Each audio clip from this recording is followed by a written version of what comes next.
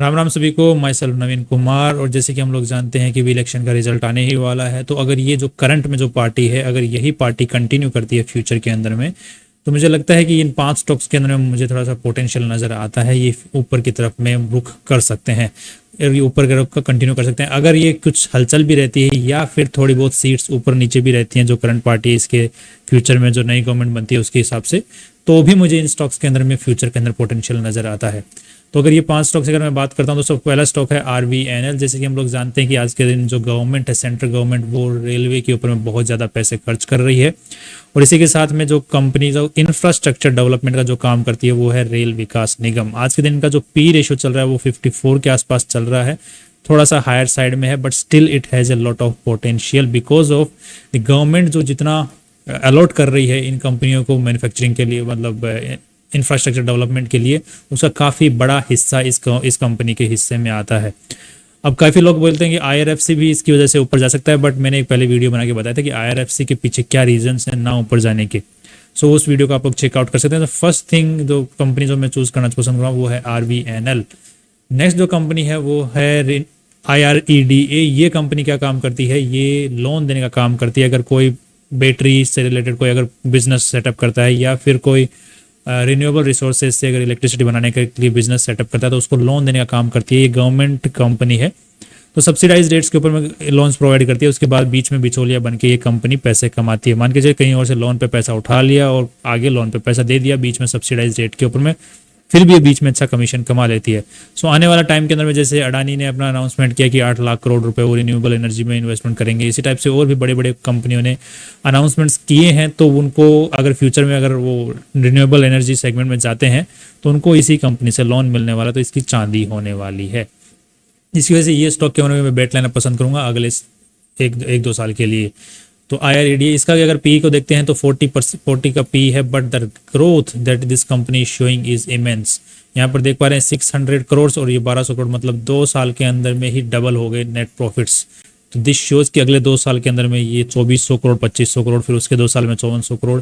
सो इसका पी को अगर 30 के पी को 5 साल के अंदर में ही 10-12 के पास 10 से नीचे आने में वक्त नहीं लगेगा जिस हिसाब से इसका ग्रोथ है। So this shows immense growth. Next अगर देखते हैं हम लोग, एक दूसरा सेक्टर है जिसके अंदर कैनरा बैंक। तो ये बैंक ने अभी तक बहुत अच्छा ग्रोथ अभी तक दिखाया है और साथ में ही इसके अंदर अभी भी बहुत काफ़ी पोटेंशियल बाकी है। एक सरकारी कंपनी है ये। इस सेंट्रल गवर्नमेंट के आने के बाद में जिस तरीके से सरकार ने कुछ नियमों के बदलाव किए हैं उसकी वजह से जो सेंट्रल जो PSU बैंक्स हैं उनके अंदर में काफ़ी उछाल देखने को मिला था, बट अभी भी इस बैंक के अंदर में बहुत ज़्यादा पोटेंशियल बाकी है। कैनरा बैंक के अंदर में इसका पी देखते हैं तो 7 का पी है, दैट शोज कि बहुत अच्छी कमाई कर रही है। डिविडेंड यील्ड 2.73% का, मतलब आप अगर इसमें इन्वेस्ट कर देते हो तो जितना आपके बैंक में जो पैसे पड़े रहते हैं वहां पर कम बैंक ब्याज देता है उतना तो ये आपको डिविडेंड दे देगी। उससे ऊपर एक्स्ट्रा में अगर जितना स्टॉक ऊपर भागेगा वो एक्स्ट्रा प्रॉफिट होगा आपका। और फ्यूचर में अगर नीचे स्टॉक जाता भी तो आपको एवरेज करने का मौका भी मिल सकता है। सो हर तरफ से चांदी है इस बैंक के अंदर में। और PSU बैंक है तो सेंट्रल गवर्नमेंट इनको शायद प्राइवेटाइजेशन की तरफ में या फिर इनके स्टॉक्स को सेल करने के बारे में भी ध्यान दे सकती है, जिसकी वजह से इसके स्टॉक भी फ्यूचर में भाग सकते हैं। क्योंकि जो सेंट्रल गवर्नमेंट आज के दिन है वो PSU और PSE जो कंपनीज हैं उनको धीरे धीरे उनके अंदर स्टेक कम कर रही है। और सेबी का एक रूल भी कहता है कि 75% से ज़्यादा कोई भी प्रमोटर अपने पास में स्टेक नहीं रख सकता है, बट उनको एक अलग से सेबी ने वो दे रखा है, छूट दे रखी है सरकारी कंपनियों को, बट वो छूट थोड़े दिन में ख़त्म हो जाएगी। तो अब काफ़ी जो कंपनियां हैं उनको अपने स्टेक्स बेचने पड़ सकते हैं सरकारी, इसीलिए सरकारी कंपनियां भाग रही हैं कि उनका स्टेक जो है प्राइवेट होगा तो फ्यूचर में सेंट्रल गवर्नमेंट उन कंपनियों को और प्राइवेटाइजेशन की तरफ में धकेल सकती है, जिसकी वजह से उनका पोटेंशियल अनलॉक हो सकता है। उस वजह से ही काफ़ी सारी कंपनियां जो सरकारी हैं वो भाग रही हैं। तो ये बैंक है बैंकिंग सेक्टर का, इसमें मेरे को पोटेंशियल बहुत अच्छा नजर आता है। आज के दिन इसका 1 लाख करोड़ की कंपनी है ये बैंक साइज है, और इसका जो ग्रोथ है ग्रोथ काफ़ी भारी है इसका। अगर यहाँ पे देखते हैं 6,000 करोड़ रुपए 2022 में कमा रही थी और आज के दिन 15,000 करोड़, तो आप देख रहे हैं डबल से भी ज़्यादा हो गया 2 साल के अंदर में। सो दिस शोज की फ्यूचर में किस हिसाब से कंपनी कमा सकती है। नेक्स्ट है अंबुजा सीमेंट। इस कंपनी को अभी रिसेंट में कुछ 1-2 साल पहले ही अडानी कंपनी ने एक्वायर कर लिया है। आज के दिन हम जानते हैं कि गवर्नमेंट का मैक्सिमम फोकस जो है इंफ्रास्ट्रक्चर्स को लेकर के है, जैसे रोड कंस्ट्रक्शन हो या फिर नई नई चीज़ें इंफ्रास्ट्रक्चर डेवलप करो, ब्रिजेस वगैरह बनाना हो। सीमेंट का तो मेन रोल है ही, और सीमेंट किसकी जाएगी वहाँ पर यूज़ होने के लिए, सो अंबुजा सीमेंट, उसके लिए मैं उसको इसको कंपनी को चूज करना पड़ूंगा। अगर कुछ भाई लोग हैं एसीसी सीमेंट को भी चूज कर सकते हैं, क्योंकि उसमें भी अडानी कंपनी का स्टेक है काफ़ी अच्छा खासा, बट अंबुजा कंपनी में अच्छा खासा स्टेक है। और इसका अगर चार्ट पैटर्न को भी हम लोग चेक करते हैं तो काफ़ी टाइम से, तो यहाँ पे चार्ट पैटर्न के अंदर में अच्छा खासा अपर ग्रोथ मूव दिखाई देने को मिला है। अगर अडानी कंपनी की दूसरी कंपनियों के चार्ट्स को देखते हैं तो वो भी काफ़ी हायर हाइज बना रहे हैं, और वो इससे भी ज़्यादा हाई पी के ऊपर में आज के दिन में चल रहे हैं। सो आई थिंक इसका भी अच्छा खासा पोटेंशियल मुझे नज़र आता है फ्यूचर के हिसाब से। और अभी इसने ऑल टाइम हाई के ऊपर मार्केट सस्टेन किया है, तो यहाँ से थोड़ा सा और ऊपर का उछाल ये ले सकता है, लगभग 900 समथिंग 1000 समथिंग का। So it is also showing a fuel potential. Next है मेरे को इरेडा के ऊपर में, जैसे कि आज के दिन काफ़ी हाई पी के ऊपर में चल रहा है, उसी टाइप से एक कंपनी है पीएफसी।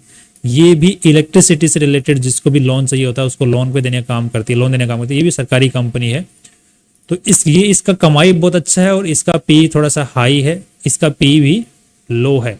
इसलिए अगर आप चाहें तो इरेडा का जो शेयर्स हैं उसमें जितना पैसे इन्वेस्ट करना चाहते हैं उसका आधा पेमेंट आप इधर भी ट्रांसफर कर सकते हैं। जैसे मान के चलिए आप इरेडा में 50,000 इन्वेस्ट करना चाहते हैं तो पीएफसी के अंदर में 50,000 25 कर सकते हैं। रीजन बिहाइंड कि ये थोड़ी सी स्ट्रॉन्ग है, ये भी सरकारी है, और साथ में इसका प्राइवेटाइजेशन के ऊपर में गवर्नमेंट का ध्यान जा सकता है, जिसकी वजह से इसका फ्यूचर पोटेंशियल अनलॉक हो सकता है। साथ में इरेडा को तो अभी आपको पता ही है, इरेडा का तो फ्यूचर ब्राइट नज़र आ ही रहा है। So that's why I included this PFC company. अब पीएफसी का अगर हम लोग स्टॉक को देखते हैं तो काफ़ी टाइम से भाग रहा है, और अभी रिसेंटली ही काफ़ी यहाँ पर नीचे आने के बाद में एक कंटिन्यूस बाइंग देखने को मिली है, और इसके बाद में वापस ऑल टाइम हाई को टच करते हुए सस्टेन करते हुए ऊपर जाने का ट्राई कर रहा है again.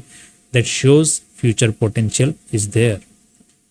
Next last but not the least, ये है रिलायंस इंडस्ट्रीज। क्यों रिलायंस इंडस्ट्रीज को इंक्लूड किया है? क्योंकि अगर आप 5-10 साल का इसका चार्ट को देखते हैं तो ये कंटिन्यूसली ऊपर जा रहा है, बट अभी रिसेंटली अगर आप देखते हैं तो ये काफ़ी एक क्लोज्ड लूप था। क्लोज्ड लूप में पिछले 2 साल से फंसा हुआ था, 2-3 साल से।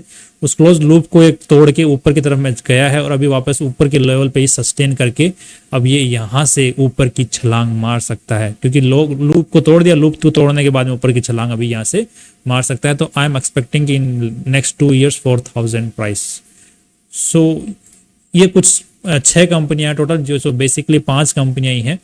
इन 5 कंपनियों में मुझे अगले 2 साल के अंदर में अच्छा पोटेंशियल नज़र आता है। तो अगर आपको भी इनके अंदर में पोटेंशियल नज़र आता है तो आप इनको अपने पोर्टफोलियो में जगह दे सकते हैं। Not my recommendation at all. आपके हिसाब से इसको एनालिसिस को और ज़्यादा डीप में कर सकते हैं आप चाहें तो। मैंने काफ़ी डीप में एनालिसिस करने के बाद में ही इनको खोज के निकला है। That's all. See you tomorrow with new important video.